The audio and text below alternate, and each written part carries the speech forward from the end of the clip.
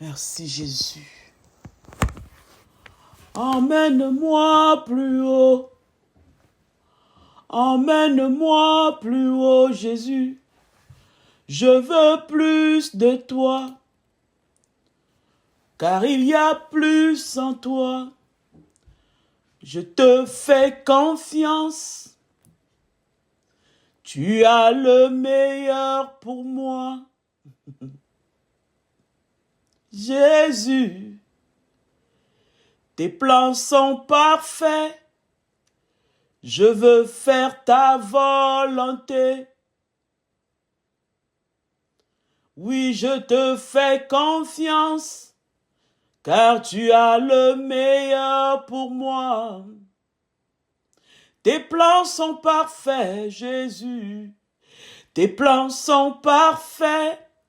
Et moi, je veux faire ta volonté. Emmène-moi plus haut. Emmène-moi plus haut. Je veux plus de toi. Je veux plus de toi. Car il y a plus en toi, Jésus. Il y a plus en toi. Tes plans sont parfaits. Je veux faire ta volonté. Fais ton œuvre en moi, Jésus. Tes plans sont parfaits.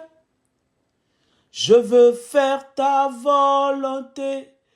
Fais ton œuvre en moi, Jésus. Tes plans sont parfaits. Et je veux faire ta volonté.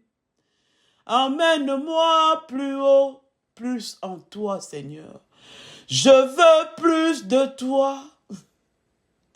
Je veux plus de toi aujourd'hui. Je veux plus de toi dans cette saison. Emmène-moi plus haut, car il y a plus en toi. Tes plans sont parfaits. Je veux faire ta volonté. Jésus, tes plans sont parfaits. Je veux faire ta volonté. Fais ton œuvre en moi, Seigneur. J'ai confiance en toi. Ma sœur, mon frère, bienvenue à ce temps de recharge des batteries et bonjour. Bonjour, aujourd'hui est un jour merveilleux. Amen. Aujourd'hui, c'est un jour merveilleux. Et cela, peu importe les circonstances, aujourd'hui est un jour merveilleux. Parce que aujourd'hui fait partie de ces jours, n'est-ce pas? Je cite comme je le cite chaque jour, c'est la parole de Dieu, c'est la promesse de Dieu, ce n'est pas ma parole. Aujourd'hui fait partie de ces jours que Dieu a fait, afin que toi et moi soyons dans la joie et l'allégresse. Alléluia.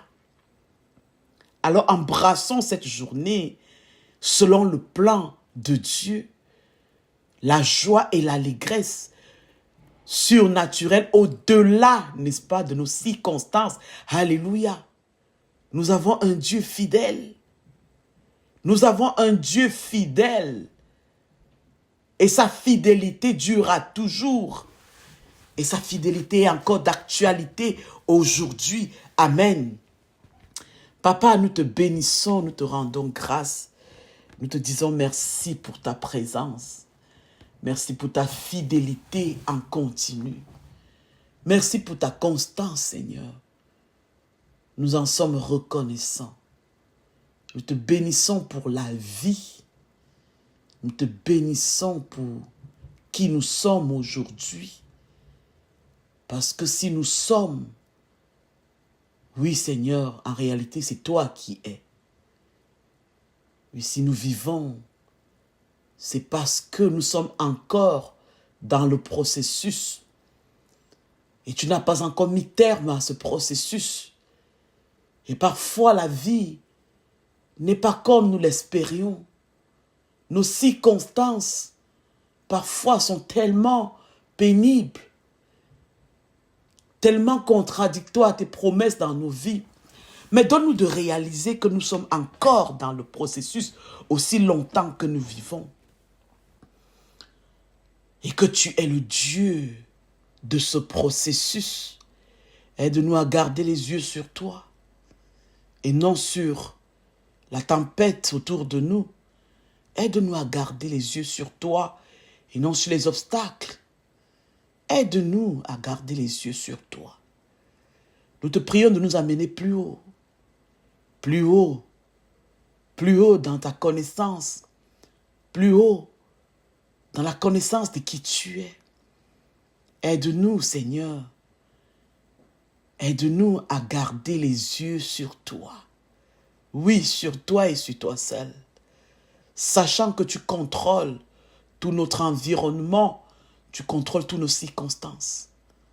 Aide-nous à te faire confiance encore aujourd'hui. Merci Jésus. Nous venons à tes pieds comme nous sommes. Nous approchons du trône de la grâce, maintenant avec confiance et avec assurance, sachant que tu es là pour nous accueillir, pour nous faire du bien.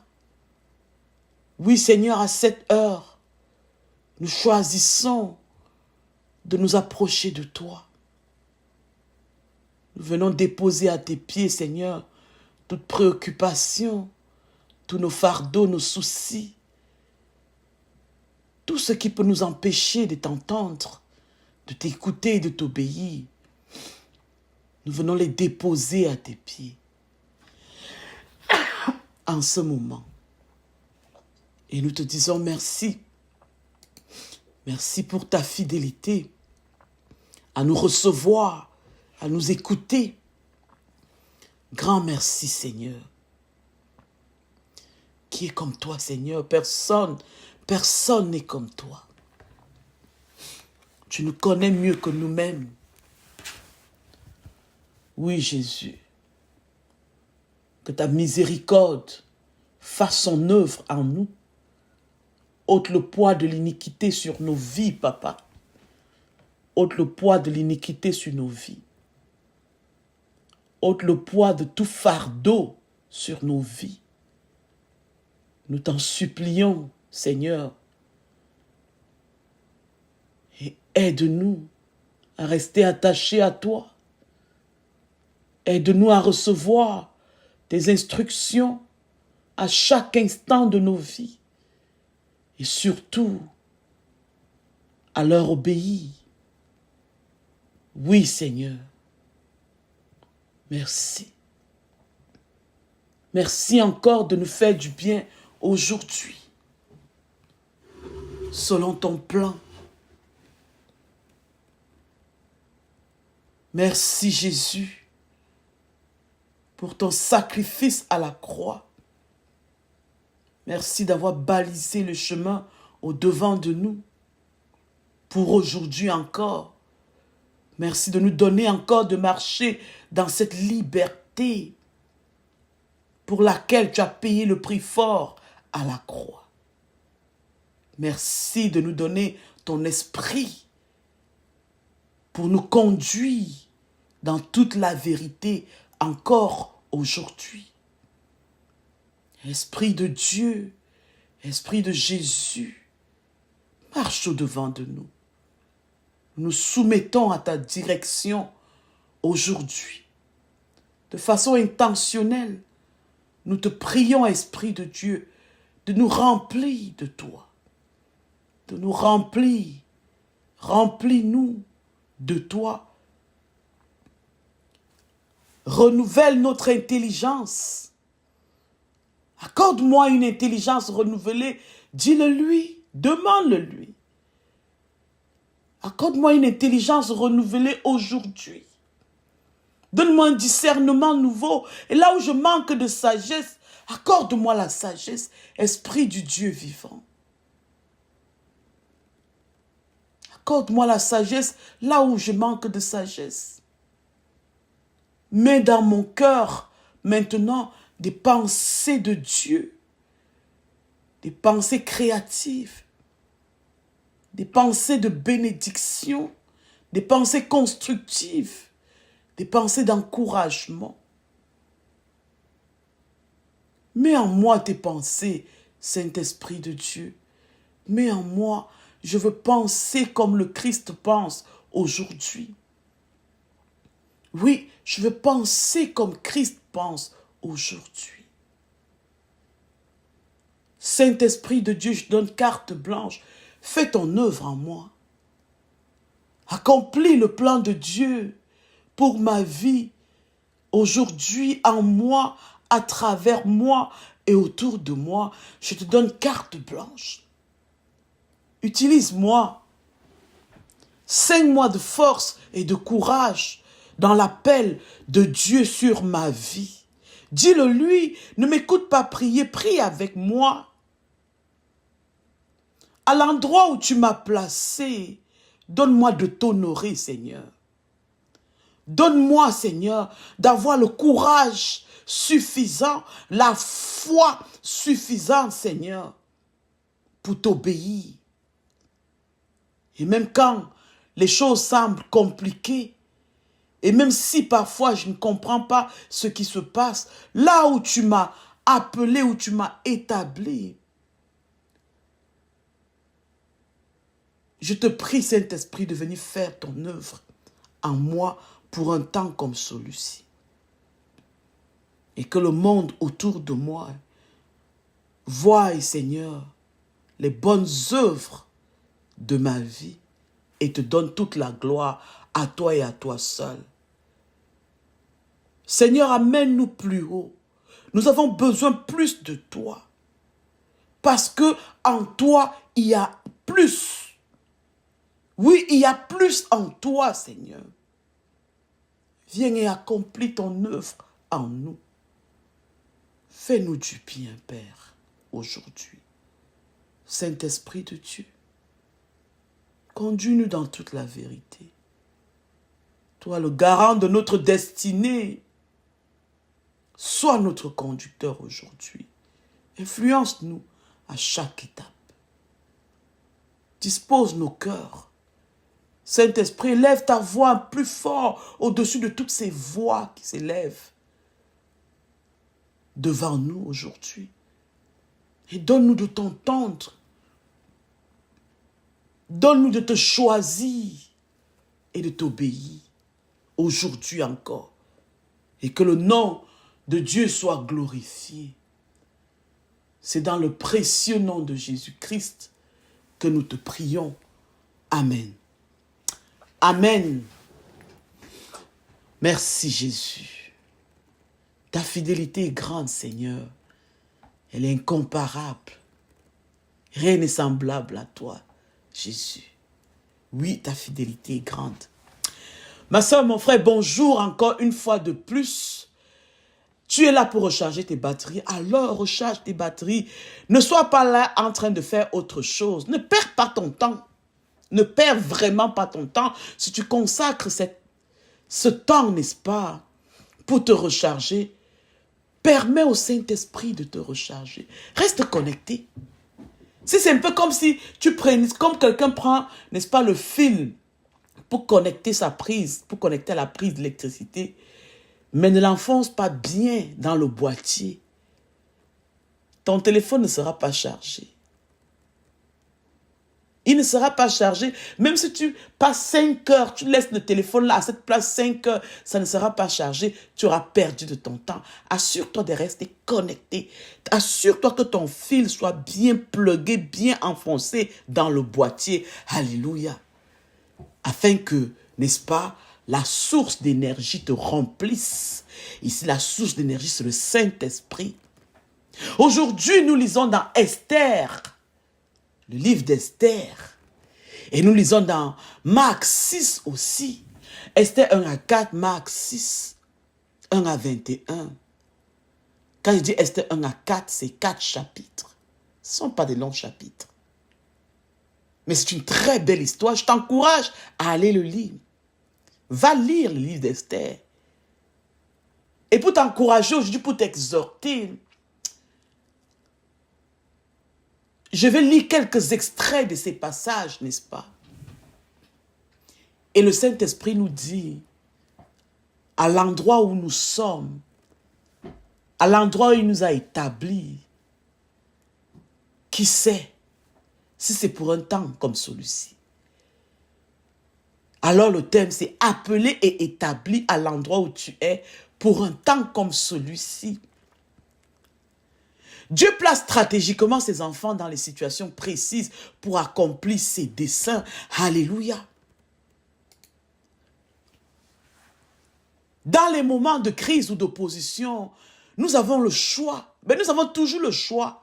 Dieu nous a donné cette capacité de choisir.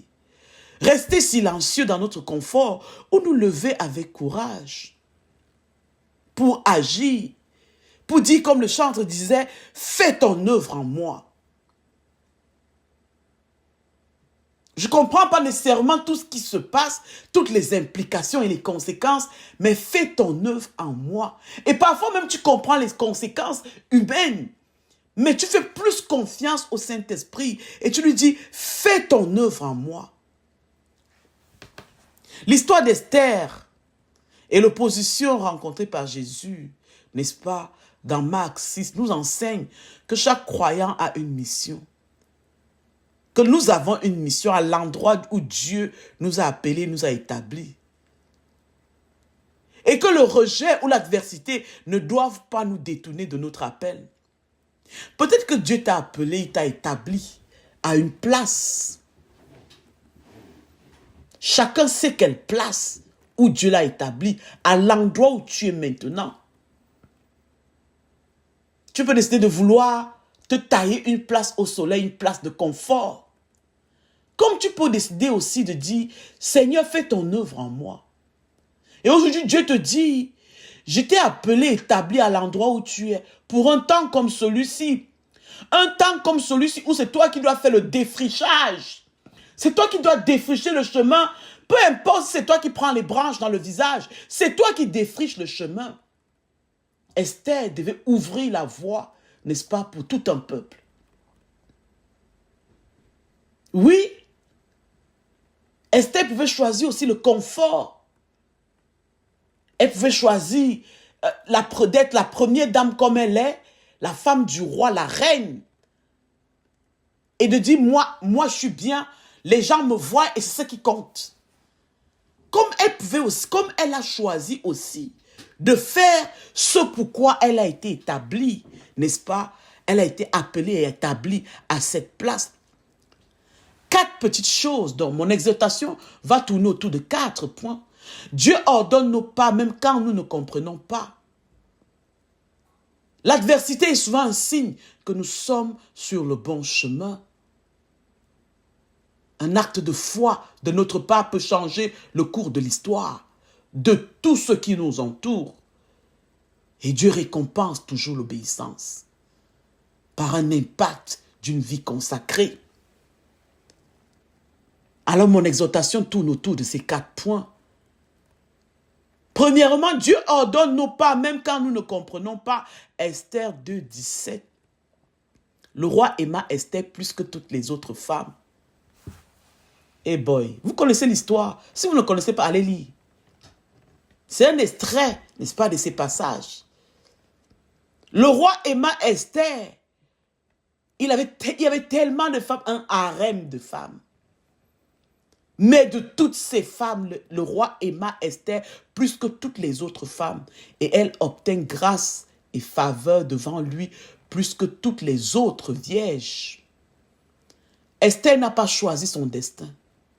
Et peut-être là où tu es là, tu dis que oh, j'aurais dû faire ça, j'aurais pu faire ça, je me retrouve dans cette situation comme ça, qu'est-ce que je gagne, qu'est-ce que ça me rapporte, qu'est-ce que tu gagnes, qu'est-ce que ça te rapporte. Dieu t'a peut-être établi à cet endroit pour un moment comme celui-ci. Est-ce que tu veux collaborer avec Dieu pour élever le défi? Esther n'a pas choisi son destin. Elle était une orpheline, une jeune femme sans pouvoir, sans nom.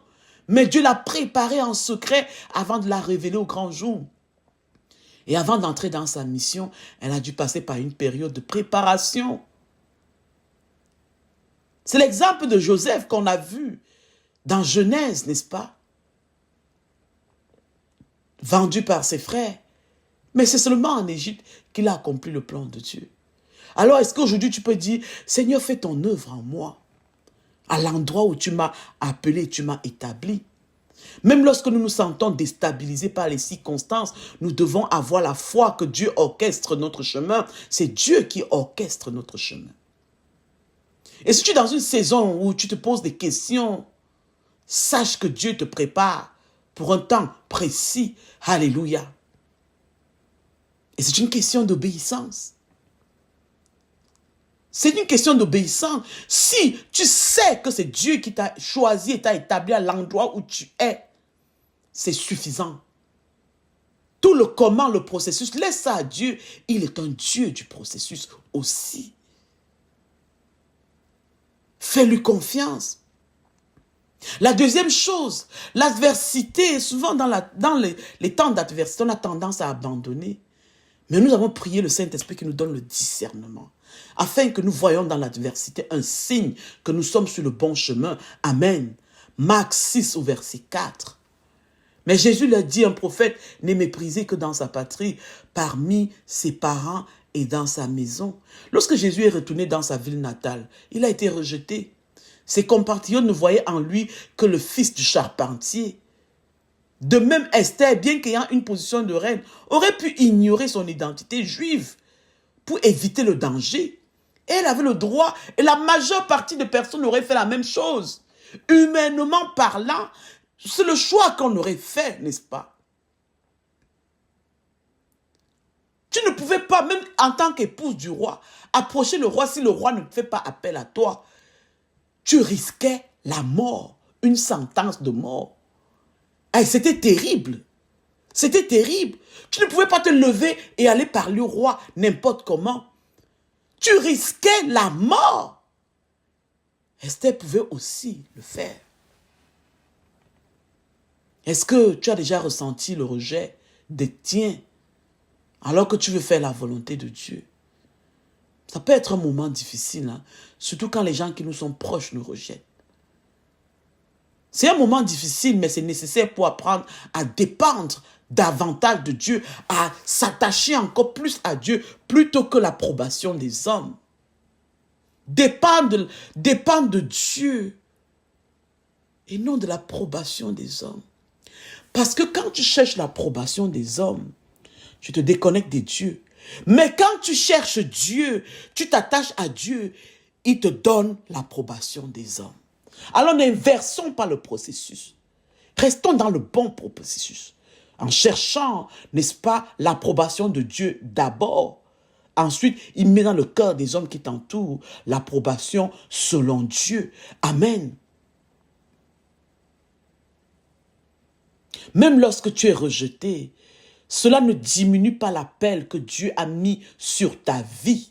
C'est très important que tu le gardes. Le rejet ne signifie pas l'abandon de Dieu. Non, au contraire. Le rejet des hommes est une invitation à dépendre encore plus de Dieu. Dieu te lance une invitation de dépendre encore plus de lui parce qu'il veut te forger davantage dans le processus. Oui, oui, il t'appelle d'une façon ou d'une autre, n'est-ce pas, à dépendre de lui, à rester connecté à lui. La troisième chose, un acte de foi de notre part peut changer le cours de l'histoire. Complètement. Esther 4, versets 14 à 16. Je vais quand même lire ces passages-là. Je vous encourage à continuer à lire. À le lire si vous ne l'avez pas encore lu. Allez même le relire. Moi, je ne peux pas compter le nombre de fois que j'ai lu le livre d'Esther. Tellement c'est riche en enseignements. Le courage, tu veux connaître le courage. Tu veux enseigner sur le courage, va lire le livre d'Esther. Tu veux enseigner sur la foi, va lire le livre d'Esther. Tu veux enseigner sur l'humilité, va lire le livre d'Esther. Tu veux enseigner sur le discernement, va lire le livre d'Esther. Tu veux pratiquer un jeûne pour un sujet bien précis, va lire le livre d'Esther. C'est rempli d'enseignements. Mardochée, c'était l'oncle d'Esther, celui qui l'a élevé, la petite orpheline. Et en temps de crise, il y avait une sentence de mort sur le peuple juif.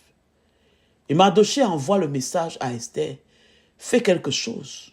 Et Esther lui dit, tu sais que je ne peux pas approcher le roi n'importe comment. Je risque la mort. Mon oncle, moi-même je veux, mais ce n'est pas évident. Je ne peux pas me lever comme ça et approcher le roi. Je risque la mort. Et voici la réponse de Mardochée. Mardochée fit répondre à Esther, ne t'imagine pas que tu échapperas seul d'entre tous les Juifs parce que tu es dans la maison du roi.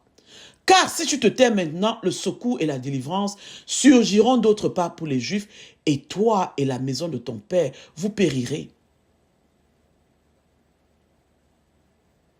À l'endroit où Dieu t'a établi, peut-être tu veux rester dans ta position de confort, mais c'est ton intérêt qui compte le plus. Mais Dieu est en train de te rappeler que fais gaffe.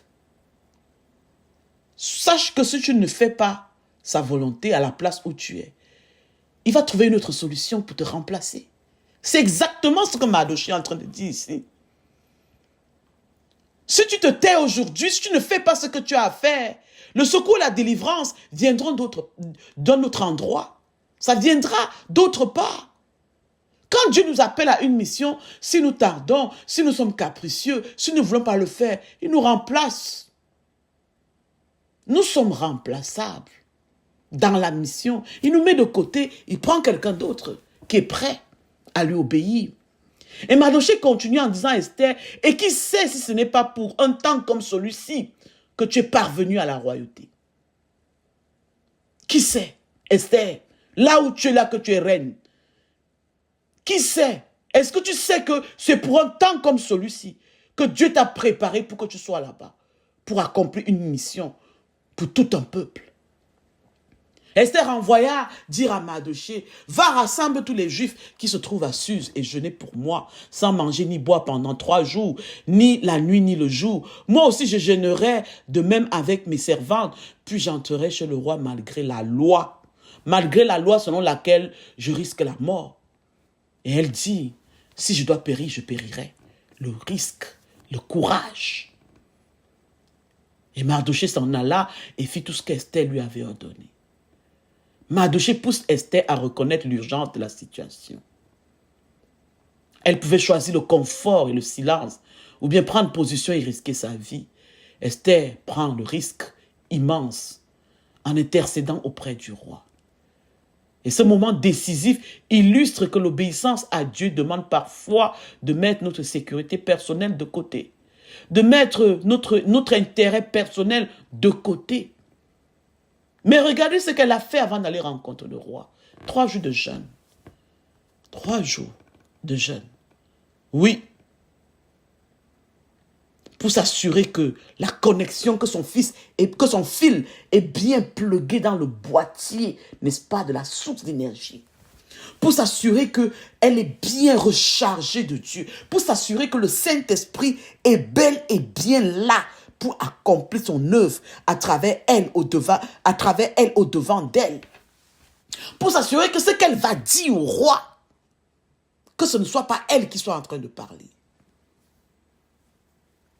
Le courage n'est pas l'absence de peur, non. Mais c'est une décision d'obéir à Dieu malgré la peur. C'est très important. La peur est là, l'inconfort est là, mais je saute par la foi, par le courage de Dieu en moi. Dieu nous appelle à une foi audacieuse. Et aujourd'hui, je peux te poser la question, quelle situation exige aujourd'hui que tu avances avec confiance malgré tes craintes? Quelle est cette situation-là? Tu peux l'identifier et faire appel au Saint-Esprit à cette place. La 4e chose, et non la moindre, la récompense de l'obéissance. L'impact d'une vie consacrée. Marc 6, 20. Car Hérode craignait Jean. Le sachant homme juste et saint, il le protégeait. Et après l'avoir entendu, il était souvent perplexe, mais il l'écoutait avec plaisir. Comme Jean-Baptiste, Esther a pris position et Dieu a honoré son obéissance. L'histoire nous montre que Lorsque nous suivons Dieu avec fidélité, même les puissants de ce monde reconnaissent son œuvre en nous. Même les puissants de ce monde reconnaissent son œuvre en nous. Beaucoup de grands hommes et de femmes de Dieu ont dû affronter l'opposition. Plusieurs qui nous ont précédés ont dû affronter courageusement l'opposition, mais leur fidélité a porté du fruit. Et aujourd'hui, nous les prenons comme des modèles de foi, les pères et les femmes de foi. Des modèles qui nous inspirent encore, même au-delà de leur mort. Et moi, je vais t'encourager aujourd'hui, ton obéissance pour ouvrir des portes et sauver des générations. Ton obéissance, pas tes connaissances, tes compétences, non, ton obéissance. Et on ne peut pas parler d'obéissance sans parler d'humilité. Ton obéissance à l'endroit où Dieu t'a appelé, t'a établi pour ouvrir des portes et sauver des générations. Arrête de regarder à ton nombril, à ton confort. Dieu veut et peut faire plus. Dieu peut et veut faire encore plus avec toi, à travers toi. À l'endroit où il t'a appelé, il t'a établi. Est-ce que tu es prête, n'est-ce pas, à répondre à cet appel? Je chute là-dessus. En conclusion, Dieu cherche encore des Esther. Dieu cherche encore des Esther, des hommes et des femmes prêts à marcher dans leur appel.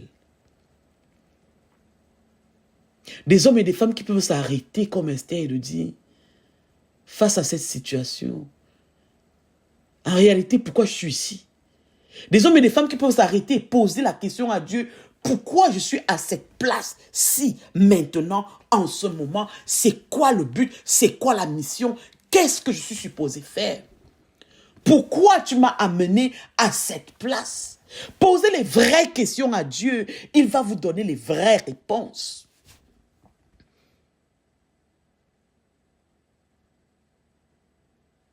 Ne laisse ni la peur, ni le rejet, ni l'opposition t'empêcher d'accomplir la mission que Dieu te confie.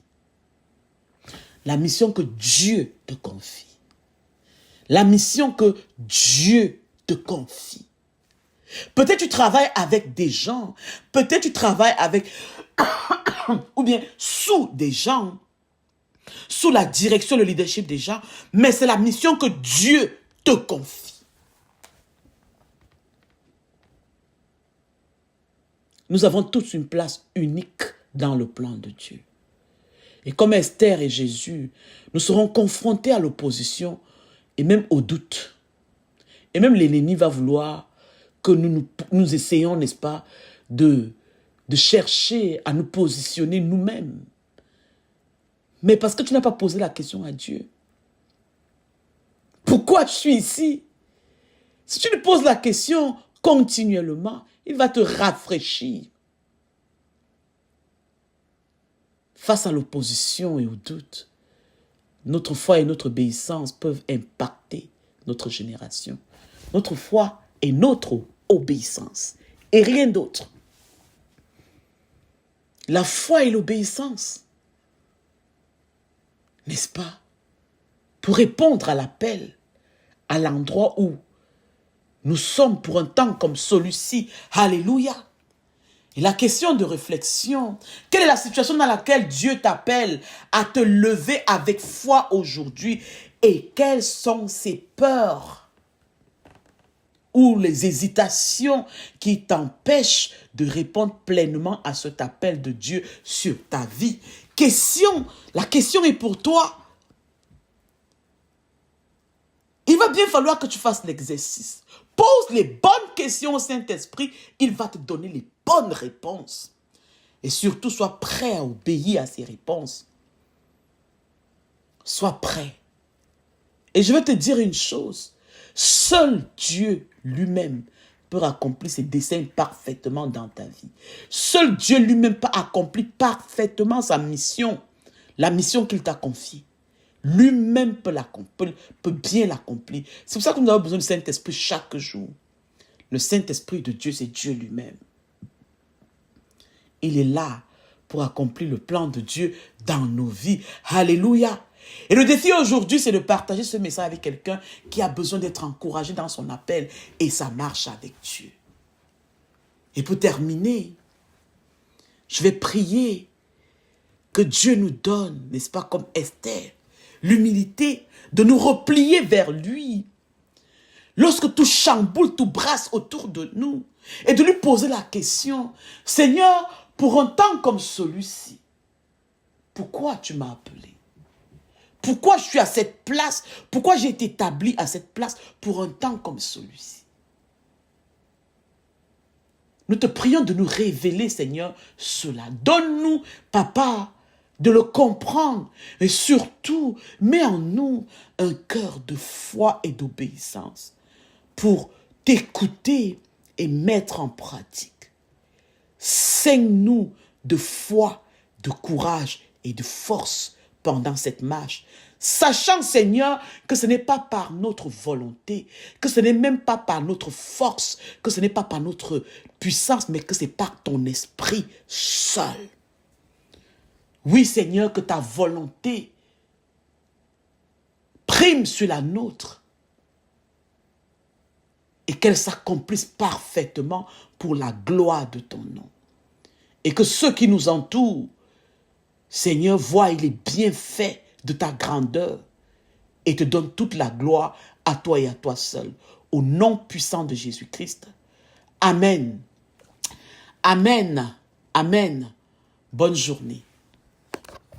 Alléluia.